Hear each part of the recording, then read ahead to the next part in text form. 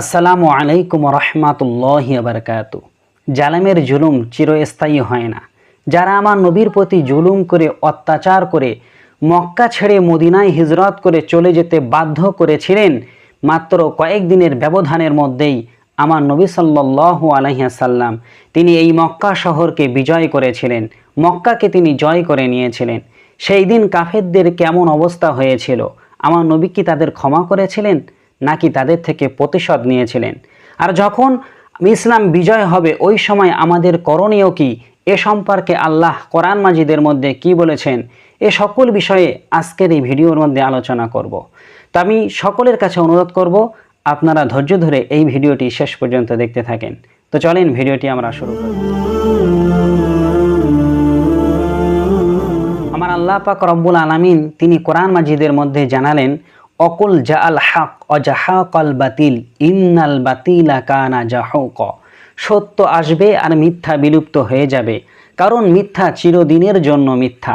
এই আয়াত যখন আল্লাহ পাক রব্বুল আলামিন তিনি নাজিল করলেন, আমার নবী সাল্লাল্লাহু আলাইহি ওয়াসাল্লাম কুফফারে কুরাইশদের সম্মুখে তিনি এই আয়াতটুকু পাঠ করলেন, অকুল জাআল হক ওয়াজাহাকাল বাতিল ইন্নাল বাতিলা কানা জাহুক।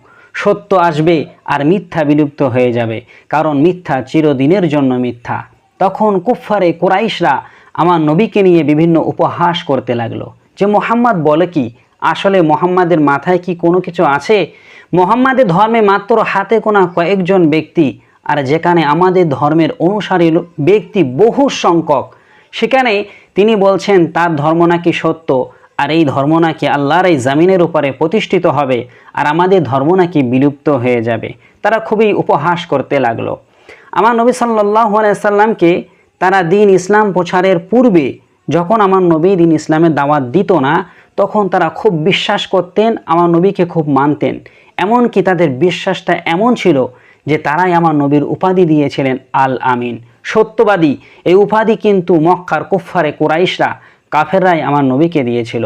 আর যেদিন থেকে আল্লাহর দিনের দাওয়াত দেওয়া শুরু করলেন, ওই দিন থেকে আমার নবীর শত্রু তারা হয়ে গেল। তো আমার নবীর উপরে তারা প্রতিনিয়ত জুলুম অত্যাচার করতেই থাকতো। এমন জুলুম আস্তে আস্তে এমন পর্যায়ে চলে গেল যে আমার নবীর বাধ্য হতে হয়েছিল নিজের মাতৃভূমি জন্মভূমি মক্কা ছেড়ে মদিনায় চলে যেতে। এই জন্য আমার নবী তিনি জালেমদের অত্যাচারের জন্য নিজের জন্মভূমি মাতৃভূমি ছেড়ে মদিনায় হিজরত করে চলে গিয়েছিলেন। আর সেখানে গিয়ে আমার নবী বসে থাকার ব্যক্তি ছিলেন না, কারণ তার উদ্দেশ্য ছিল আল্লাহর দ্বীনকে আল্লাহর এই জমিনের উপরে প্রতিষ্ঠিত করা। তিনি সেই মদিনায় গিয়ে, মদিনা শহরে গিয়ে সকল মানুষের দরে দরে সকল ব্যক্তিদের কাছে কাছে তিনি দিন ইসলামের দাওয়াত দিলেন। আস্তে আস্তে ইসলাম শক্তিশালী হয়ে উঠল। এরপরে আমার নবী সাল্লাল্লাহু আলাইহি ওয়াসাল্লাম তার মনের আশা ছিল যে মক্কা বিজয় করা। তিনি সকল সাহাবীদেরকে নিয়ে, প্রায় 10,000-এর মতন সাহাবী, এই সৈন্যদেরকে নিয়ে তিনি মক্কায় আসলেন মক্কা আক্রমণ করতে। তিনি মক্কায় আক্রমণ করে মক্কা জয় করে নিলেন।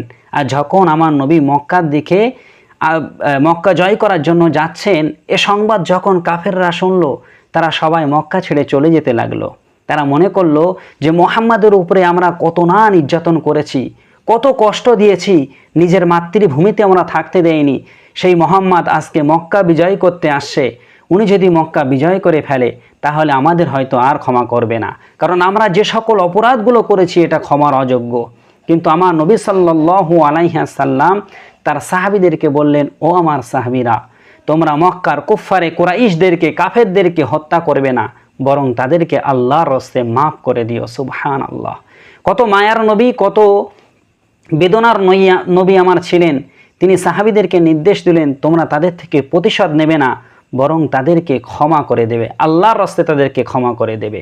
কিন্তু হাতে গোনা মাত্র 8 জন ব্যক্তি ছিল যারা এত বড় বড় অপরাধ করেছিল আমার নবীর সঙ্গে আর সাহাবীদের সঙ্গে। আমার নবী বললেন, এদেরকে তোমরা যেখানে পাবে সেখানেই কতল করবে, হত্যা করবে, কারণ এদেরকে যদি ক্ষমা করা হয় তাহলে জালেমের সাপোর্ট করা হবে, এদেরকে যদি ক্ষমা করা হয় তাহলে বাতিলকে সাপোর্ট করা হবে। এই জন্য আমার নবী বললেন, তোমরা এদেরকে শুধু হত্যা করবে, বাকি সকলকে তোমরা ক্ষমা করে দেবে। এদিকে কাবার মধ্যে, মক্কা শরীফের মধ্যে অনেক ব্যক্তি ছিল যারা ইসলামের প্রতি আকৃষ্ট ছিল, কিন্তু ইসলাম তাদের অনুকূলে না থাকার জন্য কাফেরদের ভয়ে, কুরাইশদের ভয়ে তারা ইসলাম ধর্ম কবুল করতে পারেনি। কিন্তু যেদিন আমার নবী তার সাহাবীদেরকে নিয়ে মক্কা বিজয় করলেন, তারা দলে দলে ইসলামের মধ্যে দীক্ষিত হতে লাগলো, ইসলাম ধর্ম কবুল করতে লাগলো। আমার আল্লাহ পাক রব্বুল আলামিন এই সময় কোরআনের আয়াত নাজিল করে দিলেন, ইযা জাআ নাসরুল্লাহি ওয়াল ফাতহ, ও নবী, আল্লাহর পক্ষ থেকে যখন সাহায্য আসবে, বিজয় হয়ে যাবে, ওয়ারাআইতান নাসা ইয়াদখুলুনা ফি দীনিল্লাহি আফওয়াজা, তুমি দেখবে মানুষেরা সব দলে দলে আল্লাহর দ্বীনে, আল্লাহর ধর্মের মধ্যে প্রবেশ করছে, তারা দ্বীন ইসলাম কবুল করে নিচ্ছে। ফাসাব্বিহ বিহামদি রব্বিকা ওয়াস্তাগফির ইন্নাহু কানা তাওয়াবা, এই সময় তোমরা আনন্দ উল্লাস করবে না, বরং এই সময় তোমরা আমি আল্লাহ আমার হামদ প্রকাশ করবে, আল্লাহর প্রশংসা করতে থাকবে, আর বেশি বেশি করে ইস্তেগফার পাঠ করবে, আর আল্লাহর কাছে ক্ষমা প্রার্থনা করবে, তওবা করবে। আল্লাহ পাক রব্বুল আলামিন সবচাইতে সর্বাপেক্ষা উৎকৃষ্ট, যিনি সবচাইতে শ্রেষ্ঠ, যিনি মানুষের তওবা কবুল করে থাকেন, মানুষের অনুতাপ যিনি কবুল করে থাকেন। আল্লাহ তখন কোরআন মাজিদের এই আয়াতটি নাজিল করলেন। তো আমি এই জন্য বলবো সকলের কাছে, জালেমের জুলুম চিরস্থায়ী হয় না। যাদের উপরে আপনি আজকে জুলুম করেছেন, আল্লাহ পাক রব্বুল আলামিন অবশ্যই তাদের উপরে আপনার রাজ কায়েম করে দেবে, তাদেরকে আপনার উপরে রাজ কায়েম করে দেবে। আপনারা দেখেছেন যে নমরুদ, ফেরাউন, এরা কিন্তু সবসময় ইসলামের দুশমান ছিল, সারা জীবন মুসলমানদেরকে কষ্ট দিয়েছে, যারা আল্লাহর পথে চলে এসেছে, ঈমান এনেছে, তাদেরকে কষ্ট দিয়েছে। আল্লাহ পাক রব্বুল আলামিন এই নমরুদকে এই দুনিয়ার বুক থেকে জুতা পিটা করে বিদায় দিয়েছেন। ফেরাউনকে আমার আল্লাহ পাক রব্বুল আলামিন লোহিত সাগরে ডুবিয়ে মেরেছেন। তো এই রকম যারা বড় বড় শক্তিধর ব্যক্তি ছিল, যারা আল্লাহর বান্দাদের প্রতি জুলুম করেছিল, আল্লাহ পাক রব্বুল আলামিন কালের পরিবর্তনে তাদের উপরে মুসলমানদেরকে বিজয় দান করেছেন। সুতরাং এটা সকলের ভালোভাবে জেনে রাখা দরকার যে ইসলাম একদিন বিজয় হবেই হবে, আল্লাহর জমিনে কালেমার পতাকা ওড়বেই ওড়বে, এটাই চিরসত্যি কথা। তবে এই সূরা থেকে একটি শিক্ষা আমাদের রয়েছে। আল্লাহ পাক রব্বুল আলামিন বলেছেন, যখন ইসলাম বিজয় হয়ে যাবে, ওই সময় তোমরা আনন্দ উল্লাসে মাতামাতি করবে না, বরং নাচানাচি করবে না। এই সময়টা তো আনন্দের মুহূর্ত, এটা তো সত্য কথা।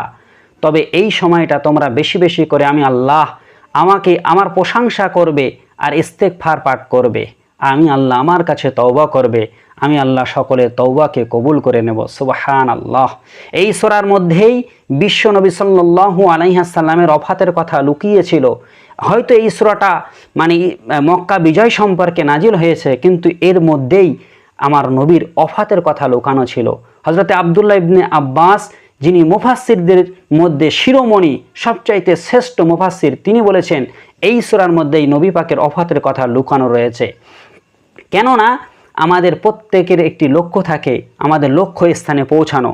কিন্তু যখনই আমরা লক্ষ্য স্থানে পৌঁছে যাই, তখন কিন্তু আমাদের অবসরের টাইম, অর্থাৎ আমাদের যে টার্গেট ছিল, সে টার্গেট আমরা পূরণ করে ফেলেছি। তো আল্লাহ পাক রব্বুল আলামিন তার হাবিবকে এই জমিনের উপরে পাঠিয়েছিল শুধুমাত্র আল্লাহর দ্বীনকে প্রতিষ্ঠিত করার জন্য, আল্লাহর দ্বীনকে কায়েম করার জন্য। আর যেদিন মক্কা বিজয় হয়ে যায়, সেই দিন কিন্তু আল্লাহর দ্বীন আল্লাহর এই জমিনের উপরে পরিপূর্ণভাবে প্রতিষ্ঠিত হয়ে যায়, আর বিশ্বনবীর দায়িত্বও শেষ হয়। এই সময় বিশ্বনবীর অবসরের টাইম ছিল, অর্থাৎ তার ফিরে যাবার, প্রত্যাবর্ধন করার সময় এসে গিয়েছিল, আল্লাহর কাছে চলে যাওয়ার সময় এসে গিয়েছিল। তাই সবাই আনন্দ করলেও আব্দুল্লাহ ইবনে আব্বাস রাদিয়াল্লাহু তাআলা আনহু তিনি বলেছেন, এই কথাটি লেখা রয়েছে তাফসীরে ইবনে কাসিরের মধ্যে। তো তিনি বলেছেন যে এই সূরার মধ্যে আমার নবীর চলে যাবার, নবীর ইন্তেকালের কথাটা লুকিয়ে রয়েছে, ওফাতের কথাটা লুকিয়ে রয়েছে। তো এই ঘটনা থেকে আমাদের জন্য অনেক শিক্ষা রয়েছে। যদি আমাদের শক্তি থাকে, তবে অসহায় ব্যক্তিদের প্রতি, মাজলুমের প্রতি জুলুম করা যাবে না। আপনি যাদের প্রতি আজকে জুলুম করছেন, আপনার হাতে ক্ষমতা রয়েছে বলে, একদিন আল্লাহ পাক রব্বুল আলামিন আপনার উপরে তাদের ক্ষমতা হ্রাস করিয়ে দেবেন, তারাই আপনার উপরে আঙুল ঘোরাবে, এইরকম দিন আসবে। আর এটা আমরা এই জামানায় এসে বাস্তবতা বাংলাদেশের দিকে তাকালেও আমরা দেখতে পাবো। যারা বাংলাদেশের বুকে যে সমস্ত আলেমরা একটু কথা বলতে যেত, তাদেরকে জেলে ভর্তি করে দিত, তাদেরকে জেলখানার মধ্যে বন্দি করত, অনেক টর্চার অত্যাচার করত। যারা করত তারা মনে করত আমাদের এই ক্ষমতা মনে হয় কোনোদিন চ্যুত হবে না, আমাদের ক্ষমতা মনে হয় কোনোদিন শেষ হবে না। কিন্তু আল্লাহ পাক রব্বুল আলামিন মাত্র কয়েকদিনের ব্যবধানের মধ্যেই সেই সকল আলেমরা এখন বাংলাদেশের জমিনটাকে তারা রাজ করছেন। আমরা তো ইন্ডিয়া থেকে এটা খুব ভালোভাবেই দেখতে পাচ্ছি। তো যদি আজকের এই ভিডিওটি ভালো লাগে অবশ্যই ভিডিওতে একটি লাইক করবেন, আর আমার এই চ্যানেলে নতুন হলে অবশ্যই চ্যানেলটাকে সাবস্ক্রাইব করবেন। ইনশাআল্লাহ অন্য কোনো দিন আপনাদের সঙ্গে আবার দেখা হবে। আল্লাহ হাফেজ।